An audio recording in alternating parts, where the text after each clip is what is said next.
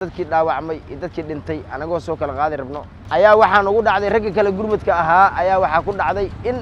gurmadka ay u baxay dhaawacii meedka soo wado in lidka diyaaradda kale lagu dhifto gurmadkii yaa la sii afjaray marka anaga wax noo soo gurmado waa aan weynay cadaaladna waa aan weynay 8 iyo barkii saakiya noogu bilaawatay 35 ruux haddeer anaga aan soo ognahay aan soo aasnay ilaa ay haddeerna ma la qiyaasi karo cadeentooda laakiin baashu dhimashadu tirada aad bay ka badatay wax shaqaacideeda lama arko beeraha la wada joogay beledkii waa laga soo cabsaday waa la soo baxay inkastoo beledkii laga soo baxay beeraha ku badbaadisay ilaa waa wax badbaadi kara beereen waa ku badbaadi weynay dhibaatadaas aan la kulannay gabar ani hadda abti aan u ahay oo walaashay ay dhashay ninkeeda 3 gabar way ku dhinteen dhinacana wax ka gaaray ayadana way jiiftaa laakiin hooyo indhaheeda iyo wajigeeda woo isbedelay woo gubtay indhihiina waa firiraa wada galay anigoo ah magacayga Yuusuf Qaasim Xasan Maxamed Liiraaho degmada Baghdad xalay 8 barkii markay ahayd ayaa waxa ka bilaawatay madaafiic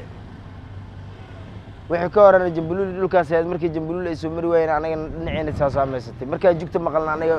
waa ka soo baxnay meesha ayada ahayd Baghdad markaan ka soo baxnay beeraha imaana waxa maqleynaa beerii markii saa u tagnay ilmaha casho loo karaayay dabkii hadii la arkay dabkii la soo raacay iftiin yar waa la arki waayay iftiinka ninka arka waxa loo maleeyahay si in oo siyaasad wato sidii meesha baflis igu siiyay okay anaga dad shacab anagoo xalay ilaa iyo haddeer indhiina ku soo jeednaa gurmud markii inta Baghdad loogu soo baxay dadkii dhaawacmay dadkii dhintay anagoo soo kala qaadi rabno ayaa waxaan ugu dhacday ragga kale gurmadka ahaa ayaa waxa ku dhacday in gurmadka ay u baxay dhaawacii meedka soo wado in lidka diyaaradda kale lagu dhifto gurmadkii yaa la sii afjaray marka anaga wax noo soo gurmado waa aan weynay cadaaladna waa aan weynay 8 iyo barkii saakiya noogu bilaawatay 35 ruux haddeer anaga aan soo ognahay aan soo aasnay ilaa ay haddeerna ma la qiyaasi karo cadeentooda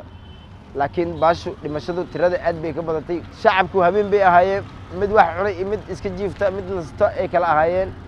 wax shaqaacideeda lama arko beeraha la wada joogay beledkii waa laga soo cabsaday waa la soo baxay inkastoo beledkii laga soo baxay beeraha ku badbaadisay ilaa waa wax badbaadi kara beereen waa ku badbaadi weynay dhibaatadaas aan la kulannay gabar ani hadda abti aan u ahay oo walaashay ay dhashay ninkeeda 3 gabar way ku dhinteen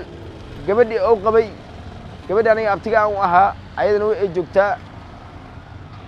wajigu way ka guwatay indhaheena way ka buqday firiraa ka galay saaladay jiifta hadda aan kula hadlaayo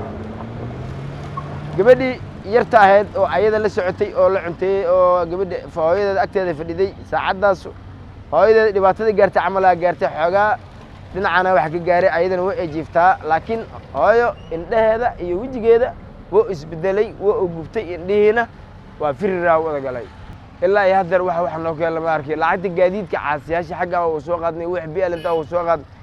ayaa haddeer lacagteeda xataa nagala rabaa والله استال مدينة اسكما استال كان قال قابل قف بني آدم وهدر أنا نوع ما هذا عندي كرنا ما مجرته سنة واحد جرا قف عندي كرنا أنا مجرته استال مركان كان وأنا قال قابل وأنا قال وري كل واحد أيقن واحد أنا قال كلنا اللي